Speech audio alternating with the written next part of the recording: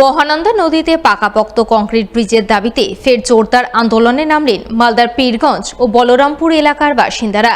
শুক্রবার ৭ সকাল থেকে ভোট বয়কটের আওয়াজ তুলে পীরগঞ্জ এলাকার মালদা রতুয়া রাজ্য সড়ক অবরোধ করে জোরদার বিক্ষোভ দেখালেন তারা। জানা গেছে, পুরাতন মালদা ব্লকের বলরামপুর এবং রতুয়া ২ নম্বর ব্লকের পীরগঞ্জ এলাকার বুক চিরে বয়ে গেছে মহানন্দা নদী।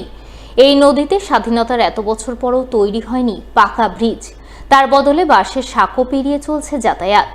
তাই বলরামপুর এবং পীরগঞ্জ এলাকার বাসিন্দারা দীর্ঘদিন ধরে পাকা ব্রিজের দাবি জানিয়ে আসছেন, কিন্তু সেই দাবি এখনো পূরণ হয়নি।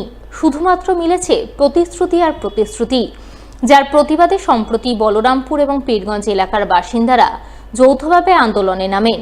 তারা টানা ৪ দিন ধরে অবস্থান বিক্ষোভ দেখান, কিন্তু তাতেও কাজ হয়নি। তাই শুক্রবার সকাল থেকে এলাকাবাসী পীরগঞ্জ এলাকায় মালদা রতুয়াগামী রাজ্য সড়ক অবরোধ করেন।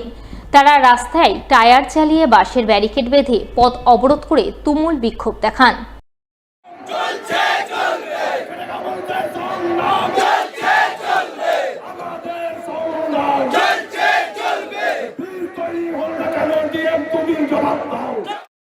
বিক্ষোভকারীরা আসন্ন ২০২৬ সালের বিধানসভা নির্বাচনের ভোট বয়কটের আওয়াজ তুলে এদিন জোরদার বিক্ষোভ দেখান।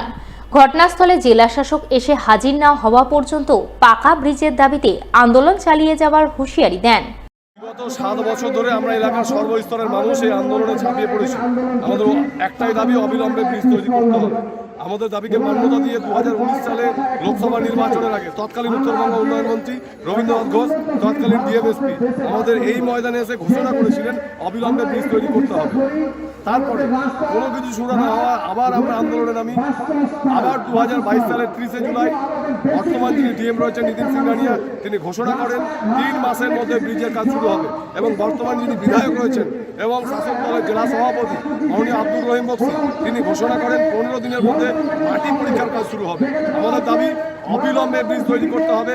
এবং এর আগে ২ দিন যেহেতু আমরা মিথ্যা প্রতিশ্রুতি শিকার, আজকে আমরা কোনো মিথ্যা প্রতিশ্রুতি নয়, অবিলম্বে দেশের আইন কিভাবে করে, কিভাবে পাস করবেন, টেন্ডার কি করবেন আমরা কিচ্ছু জানি না। অবিলম্বে আজকে এই ব্রিজের কাজ করলে আমরা এখান থেকে রাস্তা ছাড়বো না। যতক্ষণ না পর্যন্ত ডিএম আসবেন, ক্ষমা চাইবেন, ক্ষমা চেয়ে ব্রিজের কাজ শুরু করবেন। আপনি বলতেই পারেন টেন্ডার এভাবে হয় না, কাজ এভাবে শুরু হয় না। আমরা বলতে পারি আপনি ৩ বছর আগে যে ঘোষণা করেছিলেন সেই ঘোষণা সত্ত্বেও কেন এখনো ব্রিজের কাজ শুরু করলেন না, তার জবাব আপনাকে দিতে হবে। এবং জবাব চাইতেই আজকের এই পথ অবরোধ কর্মসূচি।